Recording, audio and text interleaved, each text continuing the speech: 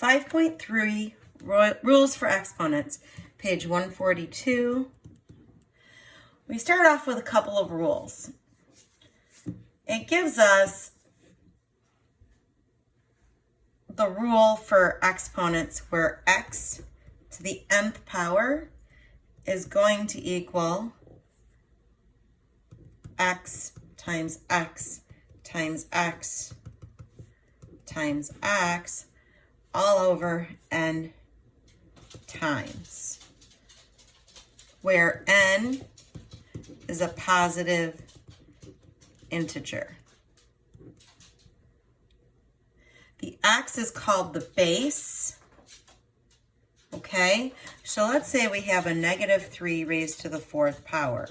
You're multiplying negative 3 times negative 3 times negative 3 times negative 3. So basically you're saying you're going to multiply the base by this many times, which is the exponent. 1, 2, 3, 4. Which is going to equal 3 times 3 is 9. So these two are 9. And these two are 9. 9 times 9 is 81. Now how do we know if it's positive or negative?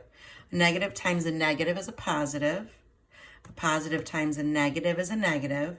And a negative times a negative is a positive. So the answer will be 81. If you have negative 3 to the 3rd power, you'd have negative 3 times negative 3 times negative 3. 3 times 3 is 9, as we stated here. Times 3 is 27. A negative times a negative is a positive. Times a negative is a negative. When you have odd number of negative signs, the answer is negative. When you have an even amount of negative signs, the answer is going to be positive. There is a rule. This is called the product rule for exponents on page 143. And basically what it says here, x to the nth power times x to the nth power means your base stays the same, and when you're multiplying your bases that are the same by an exponent, you add the exponents. So we're going to put this to use in example 519.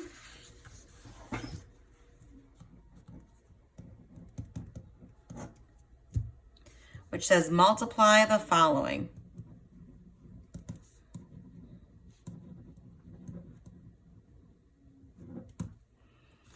A gives us x to the 3rd times x to the 2nd. We have the same base, so we add, and we're multiplying, so we add our exponents, which gives us x to the 5th power. Now we have 2 to the 4th times 2 to the 2nd. We can do the same here. We can say our bases are the same, so we can add our exponents, which is 2 to the 6th. And the answer for 2 to the 6th is 64.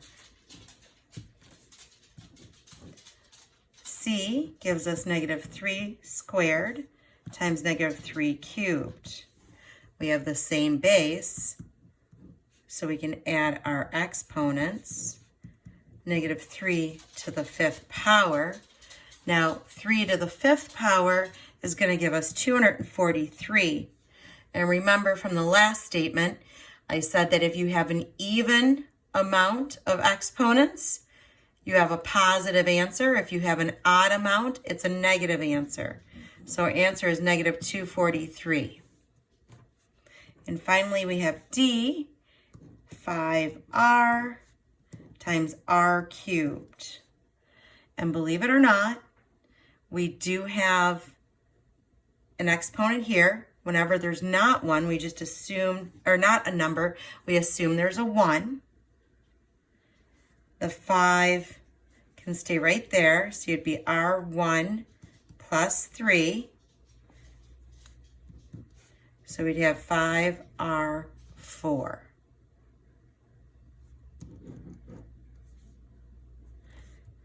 You add the exponents and just carry along the coefficient.